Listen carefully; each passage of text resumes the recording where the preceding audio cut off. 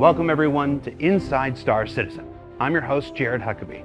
Now each week, we'll invite you to come inside our studios and join our developers as they share their latest work bringing the Star Citizen universe to life, with interviews about specific features, demos of the latest game systems that are currently in development, and semi-regular updates on sprint progress from teams around the world. Now to get things started for us this week, let's check in with Simon and Daniel as they share with us their work on a new lighting model for particles that's both better looking and less resource intensive. Kind of like me. Let's check it out. Today we're going to talk about the new lighting system for GPU particle system called decoupled lighting.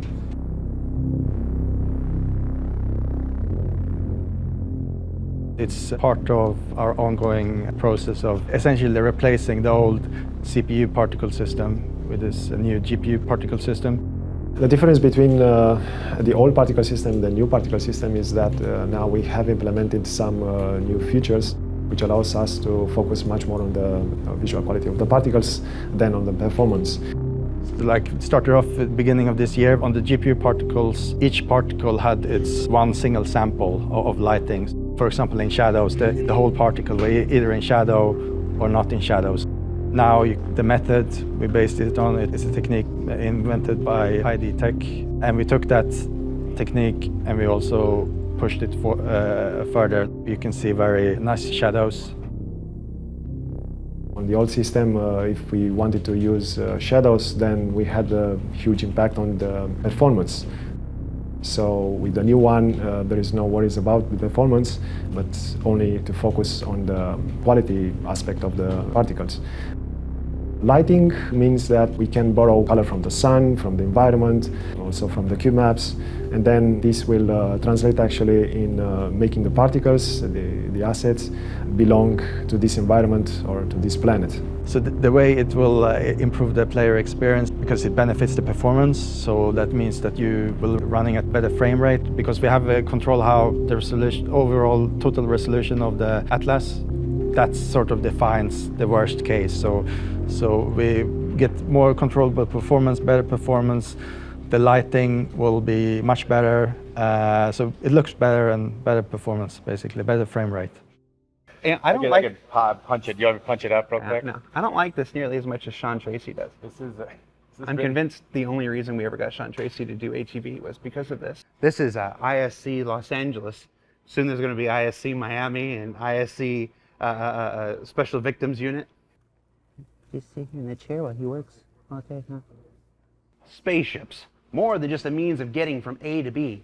They're a great way to make your mark in the persistent universe. And members of our ship teams work to bring additional vehicles to life in every major patch, including the upcoming Alpha 3.6.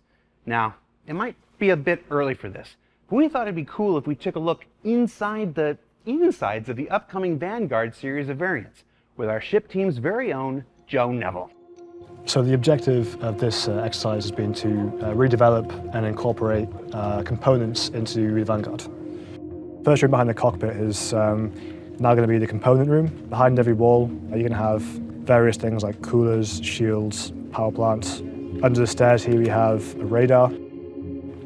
After working on the component room, it was the task to redevelop the modular interior of the ship. So this is the new Warden interior. You're going to have your little service station here that you can interact with the ship with. Again, this has components in this slot here.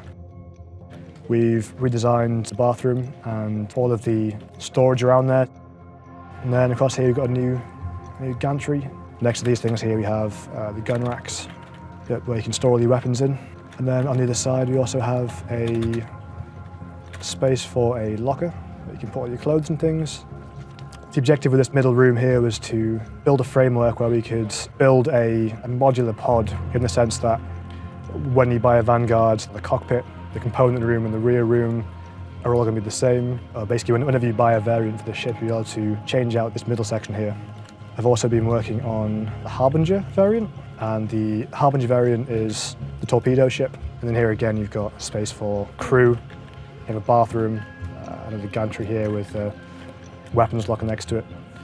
And then inside this one here, we also have a big torpedo bay, so that whenever the pilot is deploying the torpedoes, you'll be able to see these torpedoes get loaded down and deployed. And then we've also redeveloped the hoplite variant, which is introducing more space for storing weapons away. So you have almost like an armory at the side here where you can put all your assault rifles and shotguns and all kinds of cool stuff. And then also space for introducing heavy weapons too. So you can really kit this area out and be able to turn it into quite a versatile arsenal workshop. Yeah, so the objective of this exercise has been to make a modular vanguard which allows developers to build variants a lot more rapidly in the future. And also it gives the end user a much more versatile and richer experience. Telemetry. Now, Webster's dictionary defines telemetry as the... Hey, Dave. What's up, man? So, what's going on? We're shooting the show. Can I help you? Shoot. What show? Here? Yeah, we don't want to do it on the stage anymore. We want to be inside development and everything. Ah, cool. That's cool, yeah. Cool. So, are you like hosting it now? Yeah, you know, everybody's busy. We figured I do this and it frees you guys up to focus on Like work? actually making Star Citizen, you know? Yeah, totally. It's cool. It's really cool. All right, so go to work. Let's go now to Keegan Standifer, who can tell us about a recent update to the telemetry page, currently available on robertspaceindustries.com. Hey. We recently published an update to this dashboard that includes a few new features and some additional filters that you can look at the data with. This allows you to drill down on the heat map to see all of the data that we display and divide it not only by the different resolutions that people are running, as well as the different versions of the game that we've published in the past. Additionally, we added some statistics about loading times for our game. The loading times that we're displaying not only track your average loading times, as well as you can take a look at the community's average loading times, divided not only by the different versions of the game, so you can see how loading times change as we publish new versions, but you can also take a look at what percentage of the community uses SSD versus HDD and how that affects their loading times as well. Another thing that we've added to the public telemetry dashboard is the ability to see your average ping compared to the average ping of the community. So you can see generally where you lie along the lines of the average player for your connectivity. And finally, we've also added data about the stability of our different game versions. This is shown via the stability score, which contains a tooltip that you'll be able to read more information about how this stability score is generated. With all of these new data points added to our public telemetry dashboard, it means you have an increased number of metrics to really dig into how your gameplay performance relates to that of other players and how it's changed over the lifetime of the different versions we've published in Star Citizen. And just like us as developers, we know too that our fan base is very data-driven as well and loves to digest all of the very specific details. So that's why we want to provide all this data to you. Each quarter, Inside Star Citizen will focus on the patch currently in development. But occasionally, sometimes, if the stars align and things work out the way we hope, we can take a look ahead at something that's a bit farther down the line, like we get to do this week.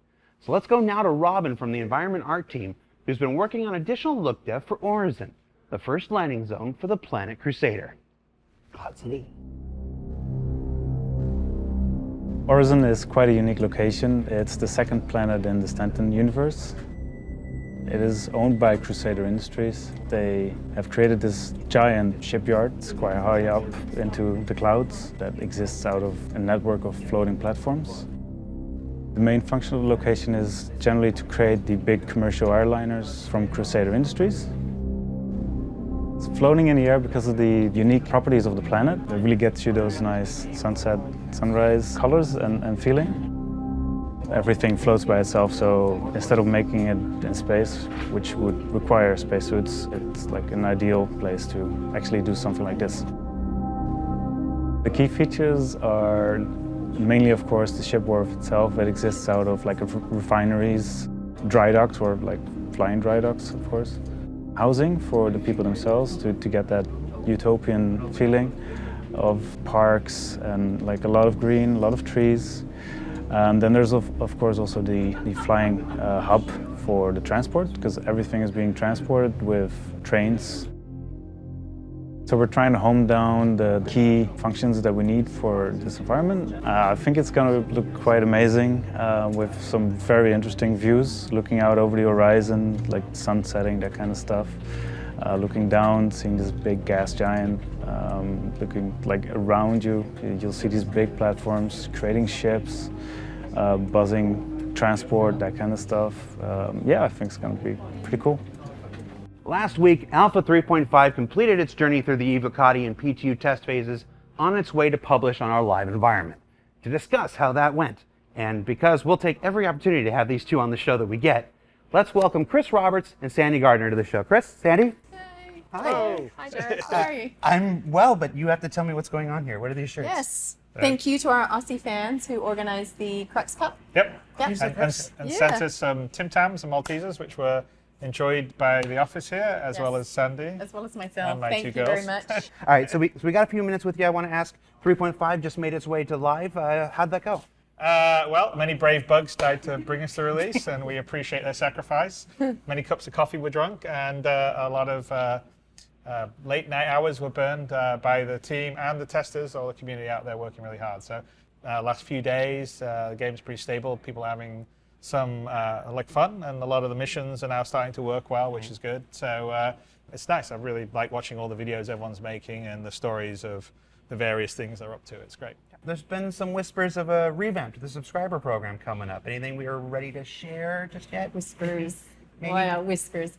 Yes, I mean, as more of the game comes online, which 3.5 is, you know, we're getting somewhere, then we're going to revamp and gear it a little bit more in that direction. A bit more better balance to in-game stuff to sort of out of, jump point or whatever. Just, you need to revise these things as things change. And when we start about putting things into the game, that has to be I love how he takes sorted over out. my question. Okay, too. well, I'm just saying. Like, I added, you asked, you threw it to me. It's all right, You threw watch it to me this. and I it went. get it. It's because I'm not doing enough hand movement that he just feels Well, watch left this. out. His time is over, and it's my time now. So so you guys just take off, and I'll see you. Okay. We'll check in with you later. Thanks, Jared. All right, We will bye, see Jared. you- No, we will see you. We'll see you when? We'll see you. Oh, We're no. not there yet. Oh, we're not there We're yet. not there yet. All That's right. We'll see you later.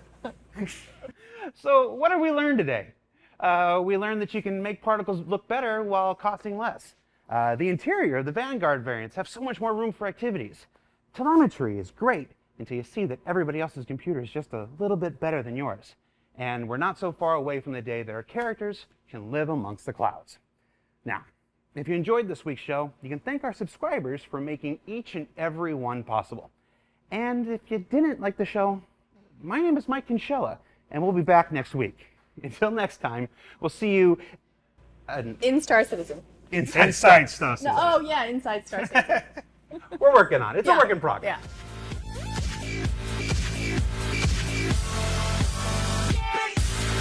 Like and share if you enjoyed the video and think others might benefit from this, and of course subscribe and hit the notification button if you are new to the channel and want to be notified every time I post a video.